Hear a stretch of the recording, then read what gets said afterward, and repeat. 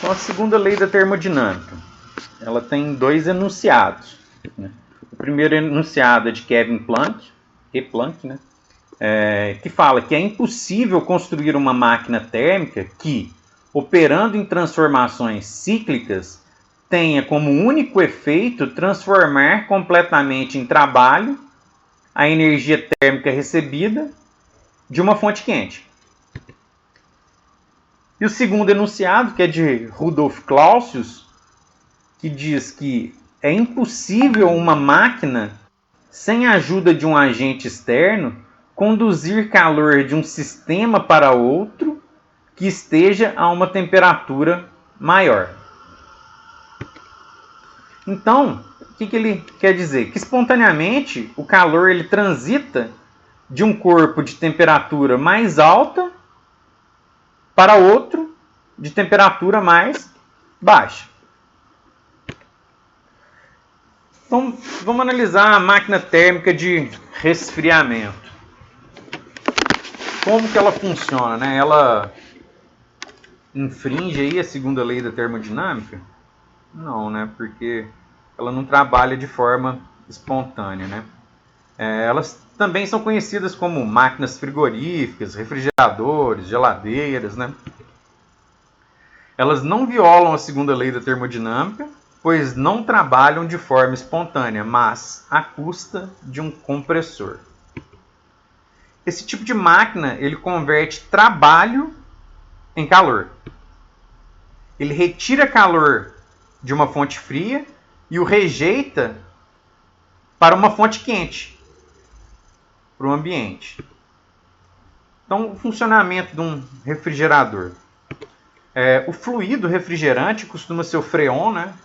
Porque ele possui baixa pressão de vaporização e alta pressão de condensação.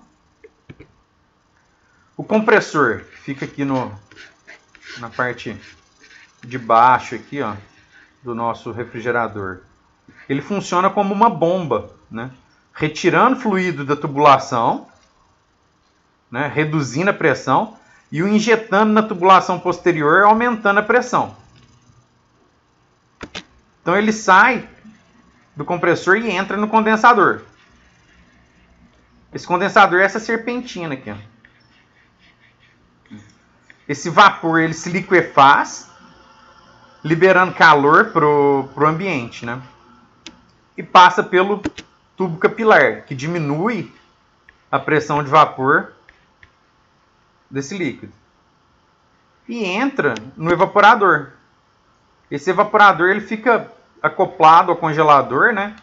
E faz com que o fluido passe para o estado gasoso, absorvendo energia, se direcionando novamente ao compressor para reiniciar aí o seu ciclo.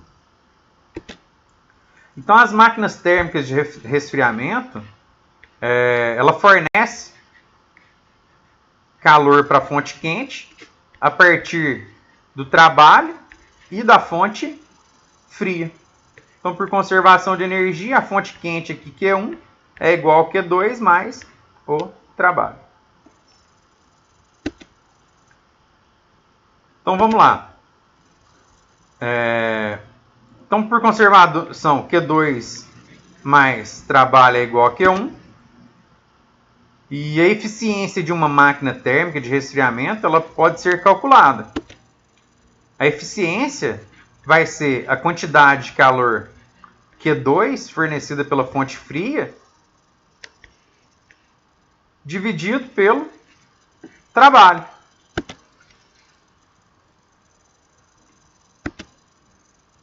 O ciclo de Carnot. O ciclo de Carnot ele foi uma idealização feita pelo engenheiro Sadi Carnot, né? Visando uma máquina térmica ideal. Essa máquina térmica ideal era um objetivo dos cientistas, né, no início do século XIX. O ciclo de Carnot ele se desenvolveu entre duas temperaturas fixas, uma de fonte quente e uma de fonte fria, que são representadas pelas isotermas aqui, né? Isotermas 2, isoterma 1. E ele consiste em duas transformações. duas transformações isotérmicas, que são essas que acontecem em cima da isotérmica, né? Essa AB e essa CD. E duas transformações adiabáticas, que é essa DA e essa BC. As transformações adiabáticas são aquelas que sem troca de calor. Então, os postulados aí do ciclo de Carnot. O primeiro postulado é que nenhuma máquina operando entre duas temperaturas fixadas pode ter rendimento maior do que a máquina ideal de Carnot, operando entre essas mesmas temperaturas. E o segundo postulado é que ao operar entre duas temperaturas, a máquina ideal de Carnot tem o mesmo rendimento, qualquer que seja o fluido operante. Então, o ciclo de Carnot, as transformações. Acontece uma expansão isotérmica, depois uma expansão adiabática, uma compressão isotérmica e uma compressão adiabática. Aqui a gente tem a expansão isotérmica, né, que é dos pontos A até o B, dos estados, né, A até B. Então, o que acontece aqui? O gás ele retira calor da fonte quente. Que é o Q1 aqui. A expansão adiabática, que é essa BC aqui, ó, nela não há troca de calor. Só acontece a expansão. A 3 é a CD. É onde há perda de calor para a fonte fria. É uma compressão isotérmica. Então o volume aqui está diminuindo. Vai ver que a pressão está aumentando, né? E a quarta, para retomar o ciclo, né, que é essa DA aqui, também não há troca de calor, né? É uma compressão, porque o volume aqui está diminuindo, mas a pressão está aumentando. Então, as quantidades de calor trocadas com a fonte fria e quente, elas são diretamente proporcionais às temperaturas absolutas das fontes. Então, Q2 sobre Q1 aí vai ser igual a T2 sobre T1. Isso, se a gente analisar o rendimento, que é N igual a 1 menos Q2 sobre Q1, a gente pode ter para o ciclo de Carnot que esse rendimento é 1 menos T2 sobre T1.